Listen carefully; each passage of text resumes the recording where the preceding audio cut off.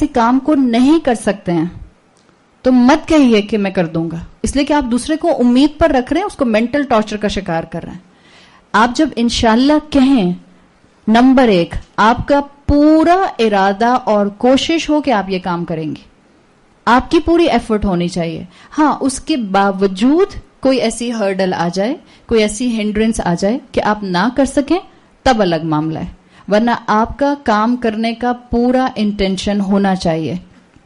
اور جو بھی مستقبل کی بات آپ کرنا چاہیں گی، آپ اس کے اوپر انشاءاللہ جو ہیں وہ جب کہیں گی تب اپنا معاملہ اللہ کے حوالے کریں گے.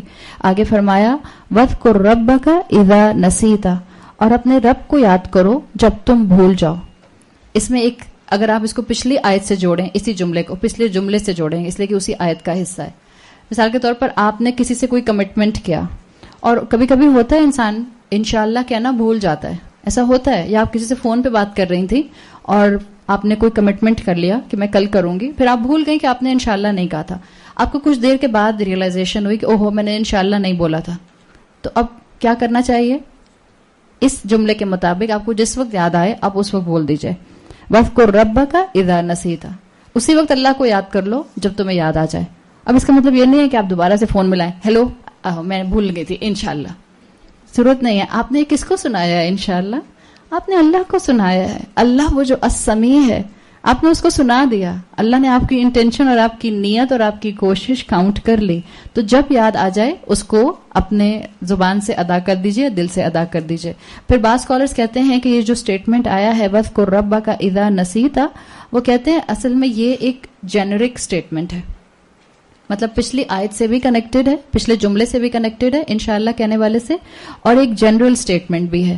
جنرل اسٹیٹمنٹ وہ کہتے ہیں کیسے؟ وہ کہتے ہیں اللہ تعالیٰ کہہ رہا ہے کہ اللہ کو یاد کرو اذا نسیتا، جب تم اس کو بھول جاؤ. یہاں یہ نہیں آیا ان نسیتا، اللہ کو یاد کرو اگر تم اس کو بھول جاؤ. دو اسٹیٹمنٹ آتے ہیں نا، ایک آتا ہے ان اور ایک آتا ہے اذا. دونوں میں فرق ہے. جیسے ایک انگریزی میں آتا ہے اف اور ایک آتا ہے وین، دونوں میں فرق ہے. مثال کے طور پہ ایک خاتون ہے اور ان کا بیٹا آرمی میں کسی رینک کے اوپر ہے، اور وہ گیا وہ اپنے کسی ایکسرسائزز کے اوپر. تو وہ اپنے کوئی گھر میں مہمان آتا ہے تو اس کو کہتی ہیں کہ میرا بیٹا جو ہے وہ فلاں جگہ کسی جو ہے وہ مشن پہ گیا ہوا ہے، کسی جگہ پہ چلیں جنگ کرنے گیا ہوا ہے. تو کیا ماں کبھی یہ کہتی ہے اچھا اگر میرا بیٹا واپس آیا تو پھر میں یہ کام کروں گی؟ آپ ایسے کہیں گی؟ کیا کہیں گی؟ جب میرا بیٹا واپس آئے گا تو میں یہ کام کروں گی. تو دونوں میں فرق ہے، اف اینڈ وین. جب آپ کہتی ہیں اگر میرا بیٹا واپس آیا، اس کا مطلب آپ کو زیادہ امید نہیں ہے. آپ نے کہا ٹھیک ہے آیا نہیں آیا نہیں آیا، مجھے کون سی پرواہ ہے، اللہ نہ کرے ہم ایسی ماہیں بن جائیں.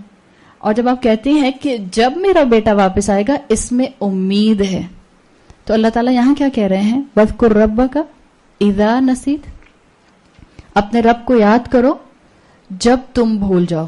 اس کا مطلب کیا ہے؟ آپ بھولیں گی، آپ رب کو بھولیں گی. یہ دنیا ہے، یہ دنیا اپنی طرف کھینچتی ہے.